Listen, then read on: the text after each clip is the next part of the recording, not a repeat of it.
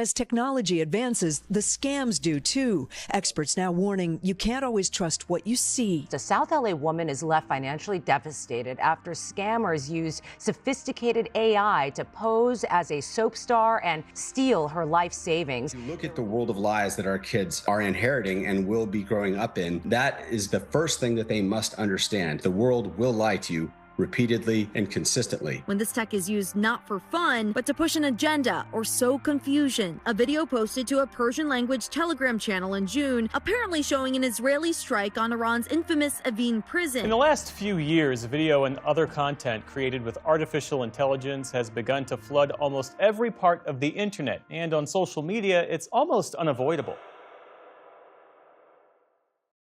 I've rewritten this script several times, but I just can't seem to completely capture how I feel. I've been an AI hater for a long time, but this isn't an I told you so video, simply because everyone has told you so. Artists, some content creators, copyright holders, and even environmentalists. So instead of doing that, I'm going to talk about my concerns. The internet as we know it is dead, and truthfully, it's probably been that way for a long time before this. Within 1 to 2 years, I am certain that you will not be able to tell what is real from what is fake when presented with it through social media. OpenAI's Sora 2 recently released, and the outputs from it are pretty damn good, but the implications are terrible. Thousands, if not millions, of people having the ability to mass produce AI slop is worrying, especially now that it doesn't really look like slop all the time anymore. Maybe I'm just crying wolf and there isn't actually anything to worry about, but I'd like to explain my concerns to you at the very least. Other than the blatant copyright infringement that this will inevitably be used for, it's demoralizing to artists. Why on earth would you put hard work into developing a style for someone to steal your creativity and produce garbage? When major production corporations start using this on a large scale, they will infinitely release content, if you can call it that. Your favorite show will never end. There will always be another song from your favorite artist. You'll never run out of your favorite content to enjoy, even if the people who originally created that content are dead. While a never-ending cycle of all of your favorite things might not sound awful at first, just remember that the first few seasons of The Walking Dead were amazing. Now compare them to the rest of the seasons. Now imagine if The Walking Dead was still going on right now. The content you watch, play, and enjoy is created by humans, probably. If people have their content or ideas stolen, it will dissuade those same people from creating more. Not to mention that there's going to be a content overload, likely in the form of overchoice on a moderate to mass scale. Overchoice is when there is an overwhelming amount of options to choose from. Think about your Steam library or the catalog of your most used streaming service. Overchoice, the cause, leads to decision paralysis. The effect. Decision paralysis, also known as analysis paralysis, is when the amount of time you spend trying to decide between options leaves you so drained or fearful of making the wrong decision that you end up making no choice at all. If you have 1,000 games in your Steam library and you're trying to decide which one to play, it might be difficult to decide. It could take a couple of minutes to choose, and in that time, you might end up watching YouTube or doing something else completely because there were too many choices.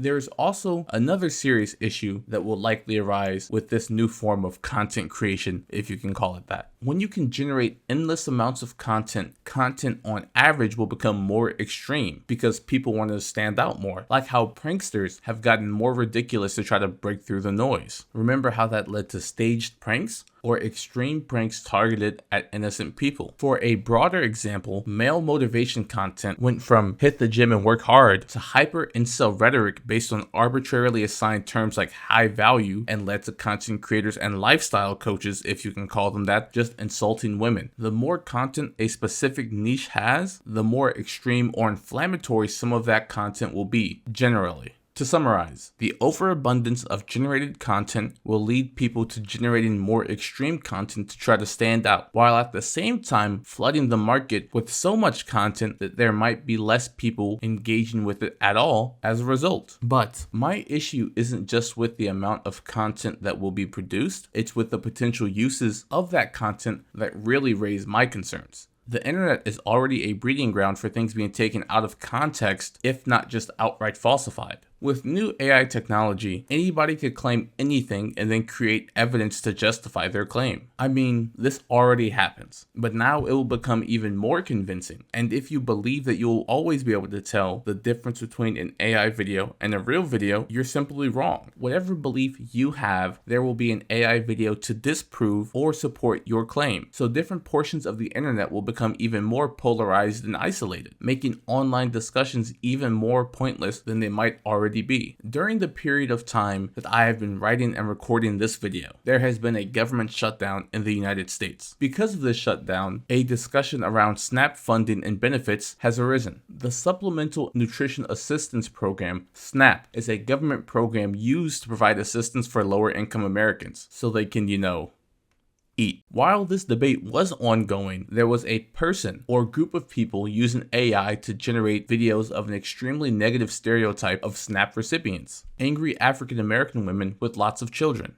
What do you mean it ain't going through? I just got my load this morning. It keeps declining. Maybe try sliding one more time. I done slid it 3 times already. Hold on. Mom, can I get these gummies? Not right now, baby. Mama's trying. When you delve into the comments of these videos, it's people who believe that they are real, almost certainly because this content affirms their already held beliefs. And for most of the people who see that this content is fake, they still agree with the sentiment of it, even if the verifiable statistics can prove otherwise. It's simple. Evidence that I agree with is real and proves my point, and the evidence that is fake but still supports my point is depicting an accurate situation and should be taken as real. This can also be used to level skepticism of real evidence under the assumption that it's fake. This is called epistemic nihilism and could be an entire video on its own. Outside of misinformation and disinformation, these AI models can be used for even more sinister purposes. Things like NSFW content will become a major issue, and I don't mean people making fictional characters in fictional scenes, or even depicting themselves in fictional scenes. I mean people generating NSFW content of others without their consent. This isn't only going to apply to content creators. It'll be used for revenge porn, sextortion, and other types of non-consensual intimate imagery, to include CSAM. Even if control measures are put into place to stop this from happening, people will still find a way. For every person working hard to ensure that this doesn't happen, there will be someone working just as hard, if not harder, to make sure that it can. While not on the same level of severity, catfishing will certainly become a lot easier. AI can also be used in more advanced phishing attacks against you or your more vulnerable family members. Again, I just want to reiterate that these things have already been done before, but they will get worse as people obtain access to more sophisticated AI models. And the thing that worries me the most is the fact that these models give everybody plausible deniability for everything. Any incriminating clip or soundbite, every crime captured only on video or audio, and every photo that someone doesn't like is going to be called into question by the public, or at least the people who don't want you to believe its validity. A government agency doing something illegal, a politician that made a terrible remark, and a perpetrator of a crime will soon have plausible deniability against at least video, picture, and audio evidence. I am just not excited for a future in which I can't believe anything I see online, hear in the news, or even the phone calls I have. I think that this will be the end of the internet as we know it. The internet will become a wasteland of untrustworthy sources, intentional misrepresentation for engagement, and highly polarized groups. Some might argue that that was already the case.